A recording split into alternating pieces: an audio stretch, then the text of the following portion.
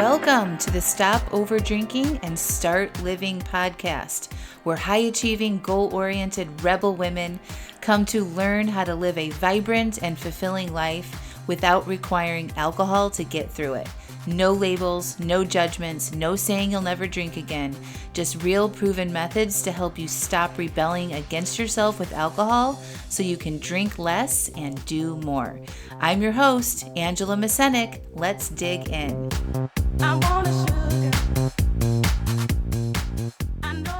Welcome to episode 278, Mental Health Awareness Month and Alcohol Use. Well, hello. Welcome back to the podcast. So May is Mental Health Awareness Month. And I love this because I think more recently, mental health has been highlighted. And, we see all sorts of different therapeutic options, coaching, therapy, online help, in-person help. We are talking about mental health more, and there are more resources, although I do understand and know that finding somebody to talk to privately, a therapist or a counselor or something like that, can be challenging. However, it's good because we are talking about it more and we're reducing the stigma around mental health. You can look really good on the outside, and I think this is where it can get dangerous too. I've talked about this with my clients on the podcast. Like, my clients are, very high achieving. They look great. They're functional. They go to work. They take care of their families.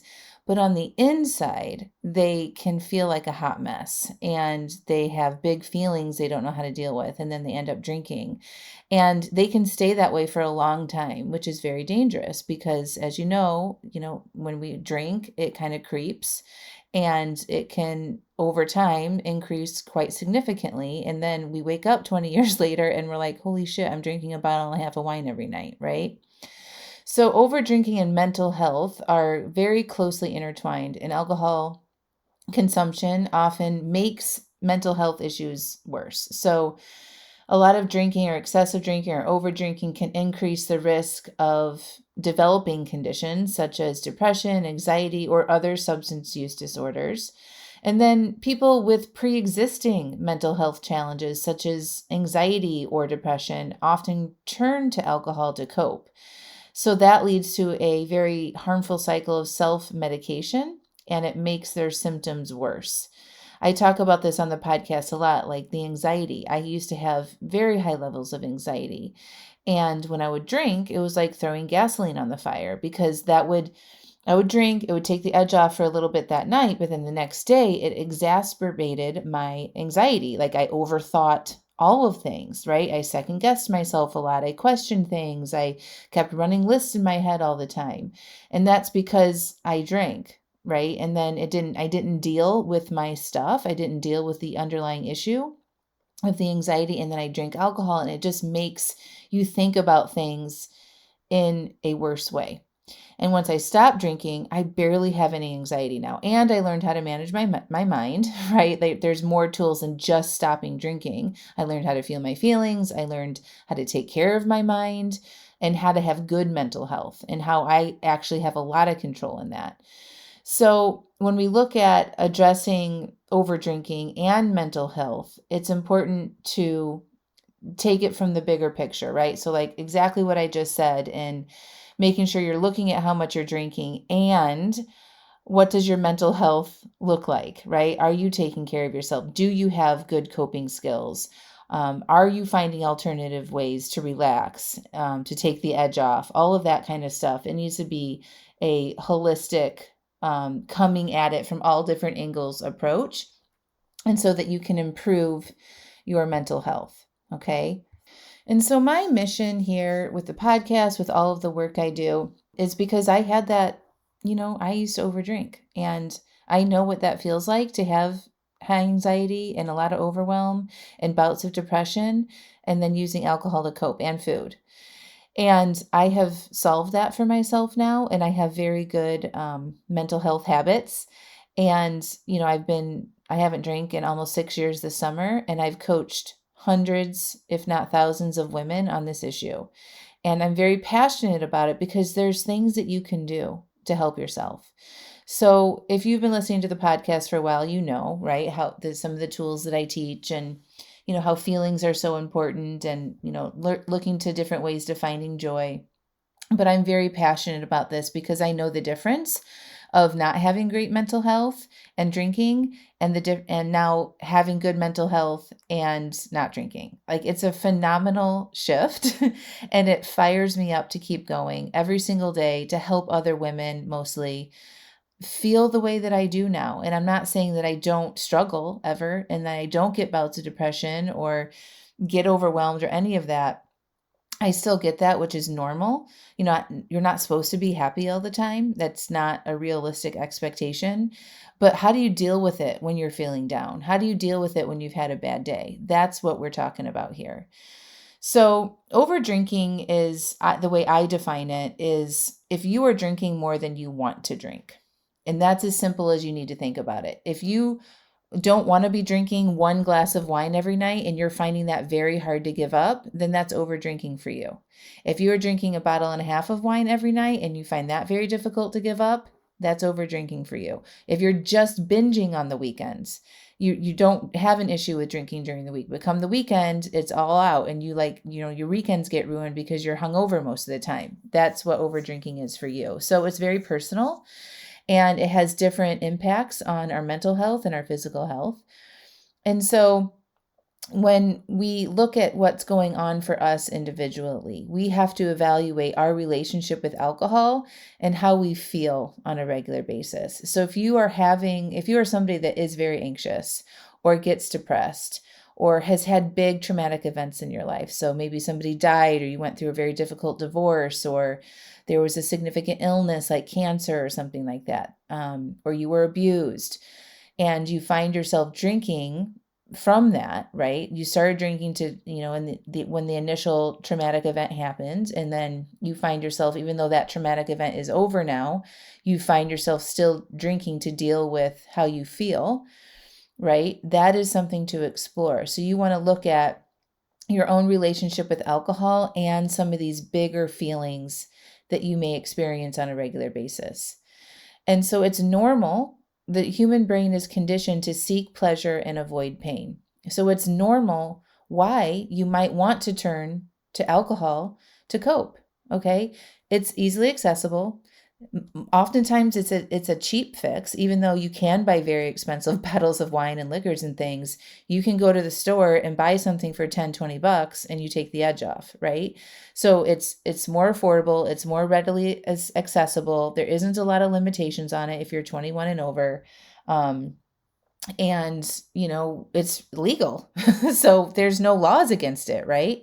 So it's very accessible, and the human condition is one that we are programmed to seek pleasure and avoid pain and save energy.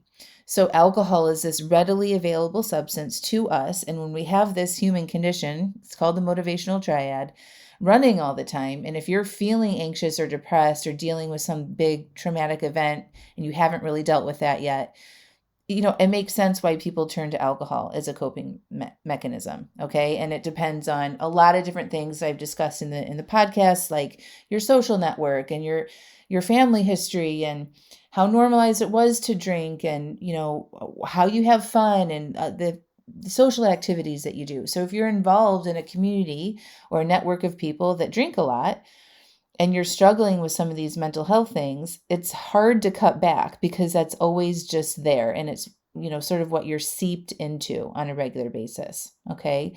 When I talk about understanding mental health and over drinking, it's important to know why we overdrink. Okay. I talk about this a lot. It's because we want to feel something that we currently don't feel, or we're trying to amplify a feeling. So when I'm talking about mental health in this podcast episode, usually you're drinking because you don't want to feel something. You don't want to feel bored. You don't want to feel anxious. You don't want to feel overwhelmed. You don't want to feel angry. You don't want to feel sad.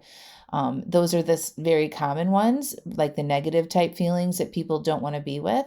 And when you drink from that place, you train your brain that you need that to cope. And so then over time, your amount of alcohol that you drink increases because you need a lot more of the substance to get to the desired effect that you're after. And then you can become reliant on it. And it's not like a physical reliance, it's just like a mental reliance, and you don't know how to cope with those bigger type emotions. And so you grab the quickest and easiest thing that you can find. Okay.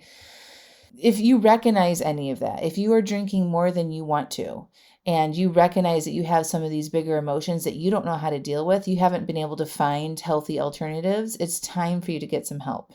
Okay. We've got to break the stigma around this and ask for help, because like I was talking about at the beginning of the podcast, mental health can be very silent, and you can look like you have all of your things together, and people aren't going to be like, oh my gosh, you need mental health support if you're drinking most of the time, because the people that I'm talking to in this podcast are people that are still functioning. I'm a certified life coach. I help you get to the underlying issues and help with those symptoms of needing that drink.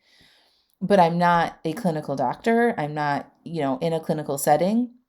And so most of the people coming to me aren't at that point of not functioning, their life is falling apart, et cetera, et cetera. Okay. We're more in the middle. They call that the gray area drinking. Okay.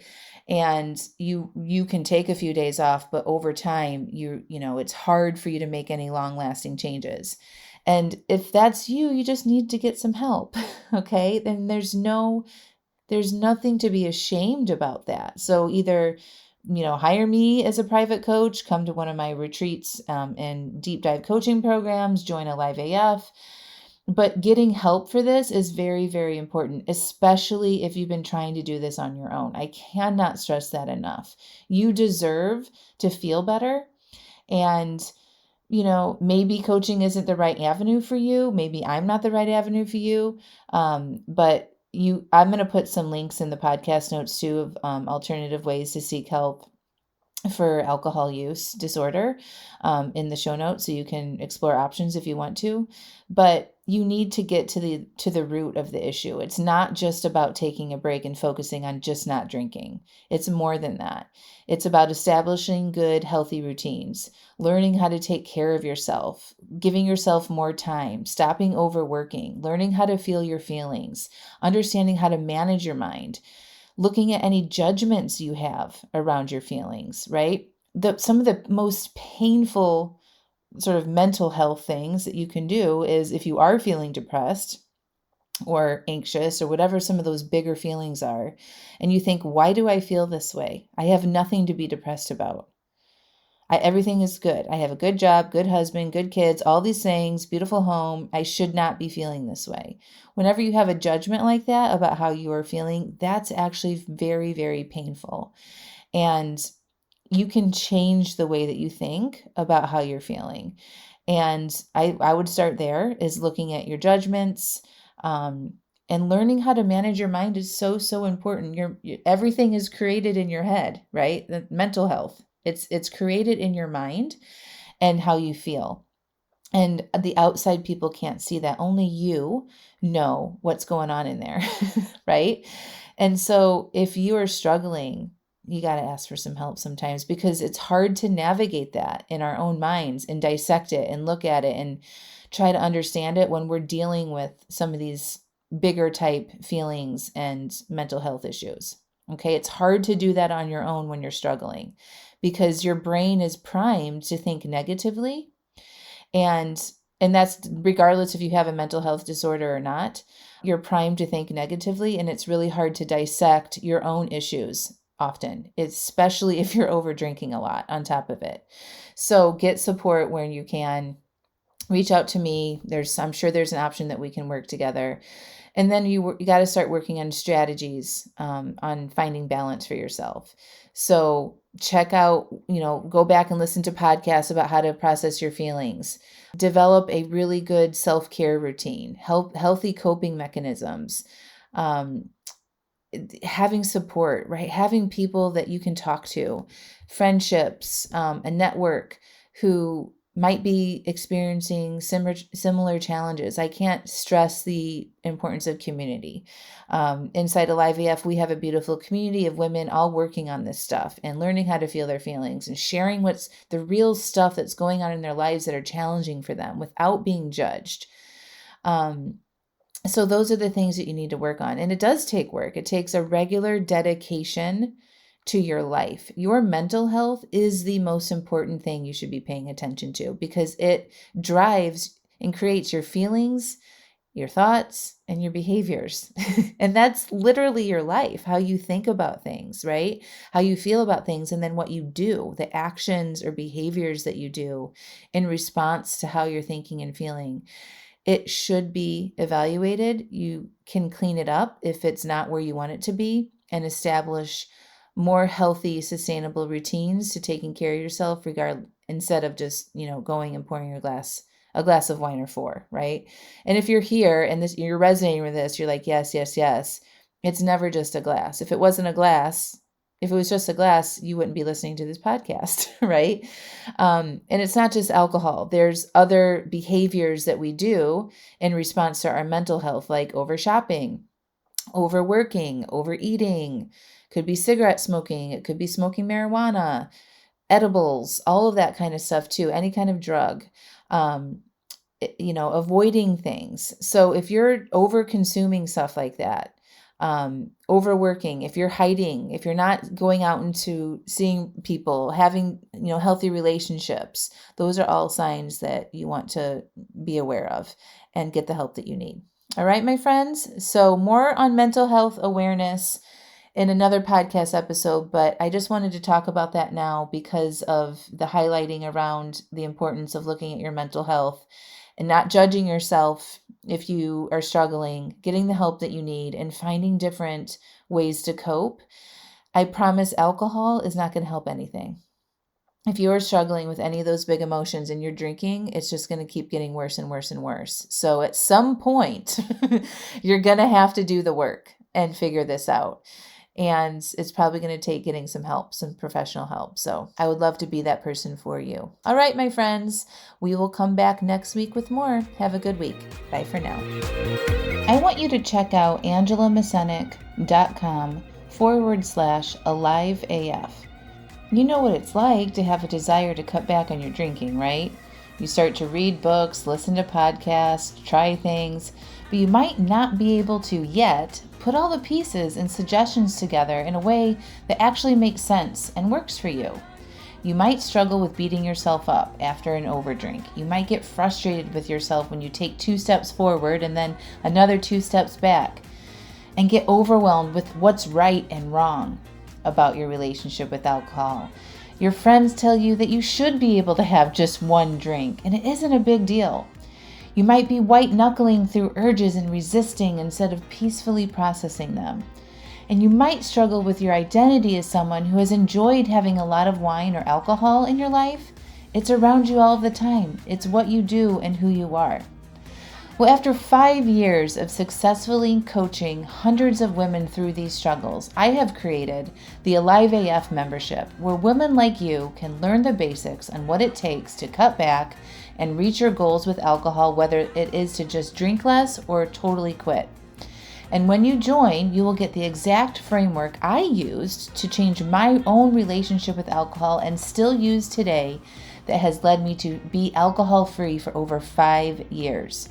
You're going to get access to my resources, videos, and worksheets that have been proven to change and reduce how much you drink. Every day you can ask questions, share your obstacles, and get coaching and direct support on the challenges you will face with love and no judgment. Also, you will get immediate access to workshops like uncovering your alcohol identity and changing it, how to say no to things that don't support your new identity or life or goals, aka boundaries. A workshop called Creating Emotional Agency, and another one, How to Manage Your Mind to Succeed at Your Goals, and more. Every month we have a brand new workshop. These workshops are filled with step-by-step prompts and instruction to help you create the exact relationship with alcohol that is best for you.